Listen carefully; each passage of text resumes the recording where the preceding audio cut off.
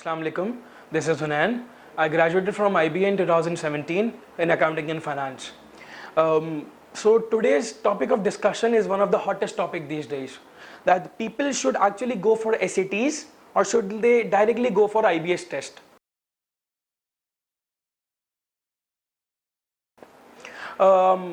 First, I will introduce what is SAT. SAT is a US-based aptitude test. Basically जैसे पाकिस्तान में बहुत सारी universities के अपने अपने टेस्ट होते हैं, यूके यूएस में ऐसा नहीं होता and majority of them give admission through SATs. So SAT एक यूएस बेस्ड टेस्ट है जो कि all across US, some parts of US और बहुत मेजर बड़ी बड़ी यूनिवर्सिटीज़ ऑफ पाकिस्तान के लिए एप्लीकेबल है. सो SAT in Pakistan is recognized a lot. Why? Because there are three major points. Firstly, most importantly, SAT का एक फिक्स पैटर्न है. नंबर 1, SAT साल में 4 दफ़ा होता है. नंबर 2, SAT 4 दफ़ा कब होता है ये भी बहुत इंपॉर्टेंट है. अक्टूबर में, दिसंबर में, मार्च में और फाइनली मई में. अपार्ट फ्रॉम दिस, SAT का एक फिक्स पैटर्न है. And what is the pattern? This is divided into 2 sections. One is English, one in mathematics, and which is further divided into 4 sections. First 2 consist of English, which are first reading then writing, and finally 2 mathematics sections. First is of no calculator, and finally eventually it's of calculator. Apart from this, SAT का जो curriculum है, it's predefined, it's well defined. कि reading में इतने passages आने वाले हैं, reading में इतना टाइम मिलने वाला है, इतने नंबर ऑफ क्वेश्चंस होंगे. Same goes for grammar and same goes for mathematics. तो बच्चे को पता है कि उसने किस हिसाब से कितनी तैयारी करनी है.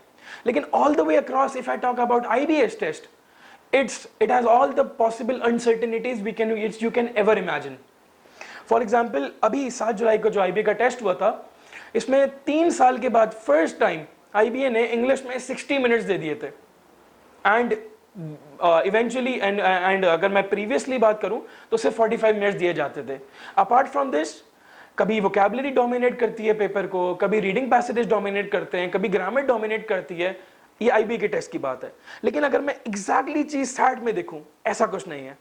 आपने ये रीडिंग पैसेजेस करने हैं, आपने ये ग्रामर करनी है, आपने ये मैथ के चैप्टर्स करने हैं, and you are good to go. In fact if I go into further details, IBA के टेस्ट में हमें नहीं पता होता कि क्या पासिंग मार्क्स होंगे. Yes, you can have an average of it, experience से, पास्ट एक्सपीरियंस से आप बता देते हो 92, 88 and whatever the reason may be.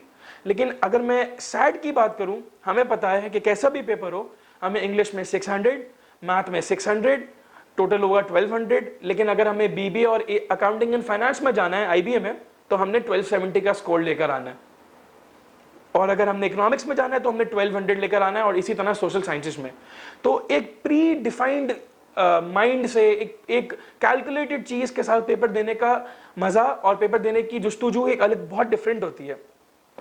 लेकिन ऑब्वियसली IBA में ऐसा बिल्कुल नहीं होता. अगर मैं पिछले 5 सालों को देखूं तो पेपर बहुत ज़्यादा बुकिश आ रहा था, बहुत थियोरेटिकल पेपर आ रहा था मैथमेटिक्स में. Functions, real and complex numbers, coordinate geometry, paper में ये वाले चैप्टर्स बहुत ज़्यादा होते थे. लेकिन पेपर पिछले 1 साल से अपसाइड डाउन फ्लिप हो गया. अब पेपर में majority of the questions algebra के, वर्ड प्रॉब्लम्स और इन तरह के क्वेश्चन ज़्यादा होते हैं. तो एक ये one of the most important reasons है. अच्छा, इसके बाद एक बहुत ज़्यादा इंपॉर्टेंट चीज़ जो दूसरा SAT का बहुत मेजर पॉइंट है, वो ये है कि SAT साल में 4 दफ़ा होता है. हमारे पास अक्टूबर है, हमारे पास दिसंबर है. अब बहुत सारे बच्चे इस चीज़ को रियलाइज़ नहीं करते. क्या रियलाइज़ नहीं करते? कि अभी तो हम अपने A2s में, जिसको हम इंटर का सेकेंड ईयर भी कहते हैं, अभी तो हम इसमें आए हैं. तो अभी हम आए हैं तो अभी तो रिलैक्सेशन का पीरियड है, अभी तो इजी गोइंग का पीरियड है, और IBA का टेस्ट तो फरवरी में होता है, तब देखी जाएगी. लेकिन इस तरह चीज़ें स्मूथ नहीं हो पाती. क्या मतलब? अगर अक्टूबर में SAT का पहला टेस्ट है तो आपने करना ये है कि आपने जुलाई से इसकी तैयारी शुरू करनी है. जुलाई, अगस्त, सितंबर और फिर अक्टूबर में पहला टेस्ट देना है. अगर गॉड फॉरबिड आपका डिजायर्ड स्कोर नहीं आता तो फिर फौरन अपने आप को आप दिसंबर में रजिस्टर कराएं, और फिर आप नवंबर और दिसंबर में पढ़ के, इनफैक्ट पूरा अक्टूबर भी मिलेगा आपको, आप इसका टेस्ट दे दें. अब होता ये है कि लोग सोचते हैं यार ये तो बहुत कॉस्टली है. तो ऑब्वियसली कॉस्टली है, this will be heavy on your pockets, but if you see it in the long term, अगर थोड़ी सी मेहनत और थोड़ी सी विलिंगनेस के बावजूद की मेहनत से अगर आप एक अच्छी यूनिवर्सिटी में एंटर हो जाएं तो दिस विल इवेंचुअली पे ऑफ।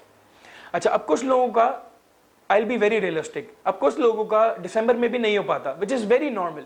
तो अब उनके पास क्या एज है कि अब जितना भी बच्चा है जिसने सैट नहीं दिया हुआ वो बिल्कुल जीरो से स्टार्ट करेगा।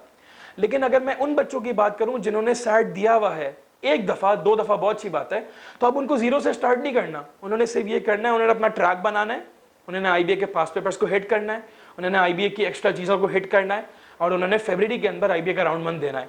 एंड ऑनेस्टली स्पीकिंग एक बहुत ज़्यादा मेजर चंक लोगों का इस तरह क्लियर कर जाता है। अगर मैं 2019 की बात करूं तो उसमें तकरीबन 45% of the people who got into IBA were from एसएटीज।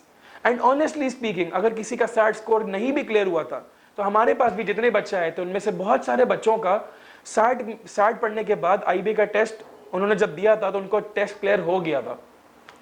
तो ये एक बहुत इंपॉर्टेंट रीजन है। अच्छा, now I will be as realistic as I can. बच्चों का अभी भी नहीं होता and this is normal, this is very normal. तो अब उन्होंने क्या करना है, अब उन्होंने, अगर उनके पास रिसोर्सेज हैं, अगर उनके पास टाइम है तो वो चाहें तो वो मार्च के महीने में सैट की तीसरी अटेम्प्ट दे सकते हैं, जो कि बहुत सारे लोग देते हैं। अच्छा, जो मई की अटेम्प्ट है ना वो नॉर्मली लोग स्किप कर जाते हैं। इसका बहुत इंपॉर्टेंट रीजन है, आप अपने सीआईज, आप अपने इंटर के एग्जाम में इतना फोकस्ड होते हो कि आप इसकी प्रायोरिटी नहीं देते। तो ये एक बात है। और फाइनल अटेम्प्ट तो जून के एंड में आती है, उसके पास तो आपके पास टाइम ही टाइम है, उसको आप पढ़ के दे सकते हो। तो सुनने में ये बहुत हेक्टिक लग रहा है और मैंने अपने आंखों से लोगों को देखा है कि वो बहुत ज़्यादा डिमोटिवेटेड हो जाते हैं एक दफ़ा सैट क्लियर ना होने के बावजूद। लेकिन अगर आपको पता है कि अपनी वीकनेसेस हैं, आपकी रीडिंग हैबिट्स नहीं है, आपकी मैथ की बेसिस इतनी स्ट्रांग नहीं है, तो ये एक टाइम फ्रेम है। You start in July, you give your SAT in October, you clear it well and good. You give your SAT in December again, you clear it again well and good. If you do not clear it, you have all the time in February. You give your IBS test in February. Hopefully, you will clear it. Like if God forbid you do not clear it again, there is nothing holding you back. You have March, you have May, and you eventually have June. People have a norm. कि people from A levels, people from math in A levels, people who have an A star in math, an A star in English clear this test. लेकिन honestly speaking अगर मैं इसको देखूं, with some hard work you are good to go. And ये time frame होता ही इन लोगों के लिए जिनकी चीज़ें वीकेंड होती हैं। अच्छा, after discussing this second point, there is always a major direction towards this. SAT एक ऐसा प्रोग्राम है जो कि आपके लिए all the possibilities open up कर देता है। अब आपने सैट दिया और आपने इस नियत से दिया था कि आपको आईबीए जाना है, लेकिन आपकी रिसोर्सेज एक्सपैंड हो गई, आपकी चीज़ें ब्रॉडन हो गई, आपकी सही करियर काउंसलिंग हुई, तो अब आपने क्या करना है, आपने इसी सैट स्कोर से, अच्छे रिस्पेक्टेबल सैट स्कोर से आपने अप्लाई करना है लम्स में, क्योंकि लम्स सिर्फ सैट बेसिस पे एडमिशन देता है। और लम्स इस बात पे रियलाइज, लम्स का जो अपना टेस्ट है वो 6 साल पहले खत्म हो चुका। तो अब all you need to have is a SAT score, respectable SAT scores. Apart from this you never know what happens, आपके कोई वसाइल बन गए, you get an opportunity to apply elsewhere, तो यही सैट का स्कोर आपके पास अमेरिका में काम आ जाएगा, आपके पास अदर यूनिवर्सिटीज़ में काम आ जाएगा, बड़ी बड़ी इंस्टीट्यूट में आप इसको एज अ हेल्पिंग हैंड दे सकते हो।